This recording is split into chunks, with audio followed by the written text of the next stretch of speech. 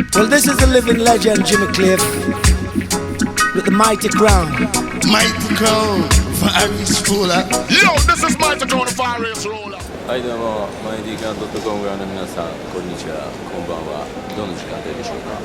ということでですね、私イギリスに今到着したわけですけど、今回はある目的を果たしたいと思います。ということで、こうご期待です。誰をインタビューするのかはこれから分かることでしょう。それでは行ってみよう、街へ。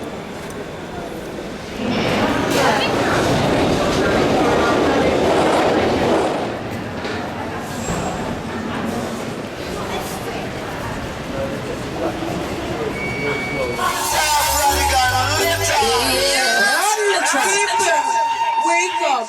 This is a new scam. Get ready. This is David Rodigan of the BBC reporting for Mightycrown.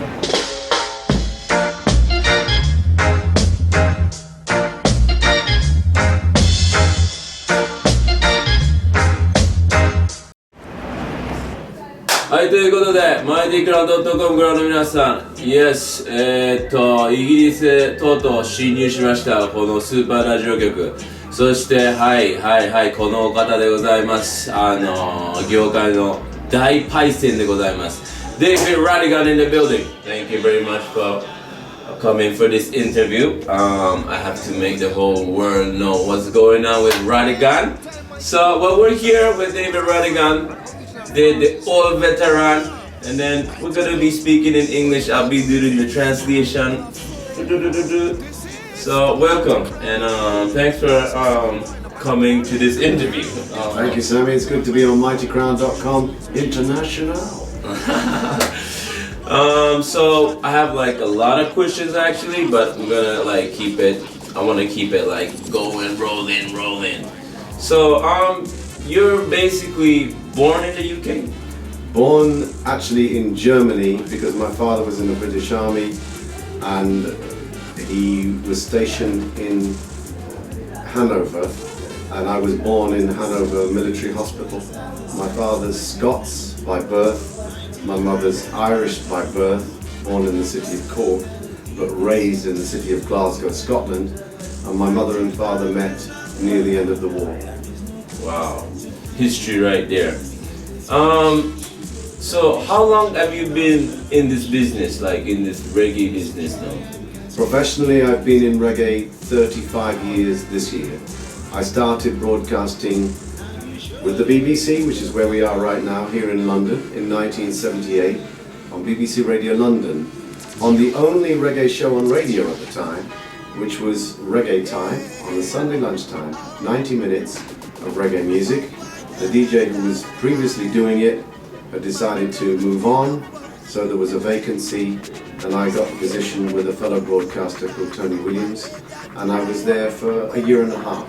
And then in 1979, September, I left Radio London and I joined Capital Radio, which was the #1 commercial radio station in London. In those days, there wasn't a lot of radio. There was Capital Radio, there was the BBC, obviously. Capital Radio was a commercial station, the first commercial station in London, and there was LBC as a speech station and Radio London. So to get a show on a Saturday night on Capital Radio was a big deal. And that show ran for 11 years. What age were you at that? I was 28 when I started. I started in let me just get my mathematics. I started in 1979. So I was in 1978. So I was 27 when I got my first job on radio, and I was 20, almost 29. Let's keep it simple. I was 27 when I started on Radio London in 1978. 27 years of age. Wow. So that's more, and that goes 35 years Yeah, now? exactly. Wow. And I joined the BBC, One Extra, almost a year ago. Well, heading up to a year that I joined that. Did they pay you the right amount of money from back then compared to now? But the funny thing was, when you started in radio in those days, the money wasn't and you did it for the love of it, really. Exactly. As is often the case. You're given a platform to share your love of something. What made you say like, okay, I'm gonna take this as a career? Like, hey. Well, that's an interesting question because I was actually trained as an actor and I was working in the theatre and doing a bit of television and a bit of film. I was in 4 episodes of Doctor Who, which is famously from here at the BBC. In fact, downstairs, Sammy, we can show you the TARDIS. You can go inside and you may not come out again. And all Doctor Who fans. So I was working in the theatre and a little bit of television, but this was my passion, this was my hobby, collecting the music of Jamaica, ska, rocksteady and reggae. And the job came about because I was an avid collector. And actually, I never visualized myself as being a professional DJ, to be honest with you. Because I was working in the theatre, the idea of presenting a Sunday lunchtime reggae show was really just a hobby. And what happened was, in 1989, 1990, my wife Elaine fell pregnant with our second child, and my theatrical agent said to me, maybe you should think about doing radio full time, because Kiss FM asked me to join them in 1990, and I left Capital Radio and joined Kiss, where I did a daytime show, various slots, for 10 years, and I stayed with Kiss FM for 22 years. Going back on the road after 10 years and just doing my reggae show, but for 10 years I did daytime strip shows. So radio kind of took over, because when you're providing for a family you need something a little bit more consistent, and acting by its very nature is very unpredictable in terms of... So you were actually really acting? Oh yeah, yes. So, okay, let me break down like a couple questions now. Well, you've been playing how many, like, I don't even know, like, at least 3 generations now? Because you said ska, rocksteady, reggae. Yeah, I mean, I started buying the music when I was 14, 15, so 1965, 66, 67. You remember your first record? The first record I bought was not a reggae record. The first record I bought was Telstar by the Tornadoes, which is going to be on my new compilation album, which comes out next year. It's called Masterpiece. It's a 3 CD album that's going to be released by the Ministry of Sound, which traces my love of all forms of music right back to the first record I bought, which was Telstar by the Tornadoes. So I was buying this music, so by 1964, 65, 66, 67, blue beat ska turning into rocksteady by 67, 68.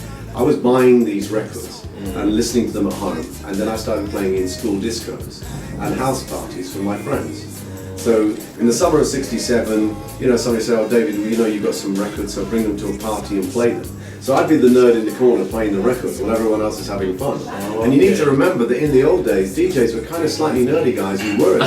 They were in the corner because you'd say, who'd want to be a DJ? Because you can't check girls, you can't have fun, because you're the guy in the corner playing the records. And I always remember playing Dry Acid by the Upsetters at school disco and getting a big forward, 1968, 69, 69. Wow. So that's how it was. It was a hobby. And then when I went to college to study economics, I did a year of that and I couldn't stand that. So then I managed to get into a drama school where I studied theatre for 3 years. And I became a teacher. I was qualified as a teacher of English and drama. Wow. And also to work in the theatre. And I went into the theatre. But it was during those 3 years in college that I was still collecting this music and playing it in college discotheques. So it was always a hobby, but it ended up becoming an occupation. Okay, I see. But you more like have yourself, as you said, like you didn't really felt like you were like a DJ, but you had more, how would I say that? Have yourself more like a radio personality. Yeah, exactly. My DJing was a hobby for fun in my teenage years, and becoming a radio DJ in 1978 was quite different to club DJing. Radio is a totally different medium, obviously, and that's really what I was. And then, because I was on the radio, promoters started booking me for dances. I see. Can you name like 3 artists, like 3 top artists that kind of really inspired you, like saying, yeah. Bob Andy, Dennis Brown, and Bob Marley. Why those 3? Because the Wailers made this album called Soul Rebel. I should say Bob Marley, I should really say the Wailers, because Bob, Peter and Bunny. I was aware of their ska work, but it was the Soul Rebel album that I thought was just so powerful, and it's one of the greatest albums ever in my opinion. Obviously later came Slave Driver Catch a Fire, but the Wailers. Bob Andy, because when I discovered the Songbook album, I discovered, what's the word I'm looking for? A brace. The album wasn't made as an album, it was a collection of singles that he recorded at Studio One. And for my money, he's one of the most poignant singer-songwriters in the history of Jamaican music. He really is. And Dennis Brown, because Dennis was the Crown Prince. Dennis had this tone of voice, particularly in his teenage years, that was so moving, just so powerful. I mean, and he gave us some great work at the height of his powers. Dennis Brown was really untouchable. So those would be the three singers. Okay, my next question is, where did you get the name Jenko Rubo? Oh no, okay, that was a man called Larry Dixon, who was my agent for a number of years. Hi Larry, and he was based in Florida. And he started booking me for dances. And he decided, for whatever reason, that he would promote me as the gentleman rude boy, because he said that I was a gentleman in my behaviour and conduct, but I was also a rude boy on stage. So it's a controversial. It's what's the word? Edit. What's the word opposite? It's It's a contradiction in terms grammatically. How can you be a rude boy and a gentleman? It wasn't something that I said I needed to be called, but Larry Dixon put that label on me, and other promoters picked up on it because they said it reflected what I did, that I was, when killing someone in a sound clash, I was never rude to them, but I was rude in that I was murdering them musically, or maybe with speeches of humour and so on and so forth. So this term, the gentleman rude boy, was given to me, and very unique. Yeah, but my nickname from back in the day was Ram Jam, because I loved this instrumental called Ram Jam by Jackie Newton. I used to play it all the time, because in those days DJs had signature tunes. Yeah, so you have basically two nicknames. Yeah, Ram Jam. Ram Jam, Roddy. Yeah, and Roddy came from, how did Roddy come? It just, it came... Just short. Yeah, short of Roddy. Roddy. Like, yeah, I guess everybody easy. Yeah, Samuel. Samuel? Yeah, exactly, same thing, yeah. Okay, my next question is, what's the difference between the UK reggae and like rest of the world, I guess you should say? There is a big difference, because there has always been a UK reggae scene. Why?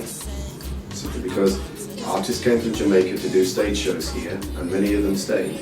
Or they came back and settled here, they married here, they had families here. A perfect example, two perfect examples would be Laurel Aitken, who made one of the first ever records in Jamaica, Boogie in My Bones, which is, as you know, an R&B kind of blues record. And then he made ska records, of course. He came here in the 60s, and he settled here, and he made a bunch of big hit records here in London. Another example is Alton Ellis, who recorded at Treasure Island and Coxon Studio One, who then came to England and started recording here. So from the early 60s, Jamaican reggae artists were actually recording here and they used to record, and there's a lot of British reggae, and you can Google that online, just Google British reggae and it'll all come up. Recorded at Chalk Farm Studios was one of the places where they recorded a lot of hit records. Rudy, a message to you, Rudy. Dandy was recorded in London, not in Jamaica. So there's always been a history of reggae music being made here and in Birmingham, and the list is long of British reggae bands. So the difference is that it's a British experience, British production, reflecting on things happening here, and of course with Rastafari things happening universally as well. But it was a unique sound, and one aspect of it was particularly unique was the lovers rock scene, sentimental songs, affairs of the heart.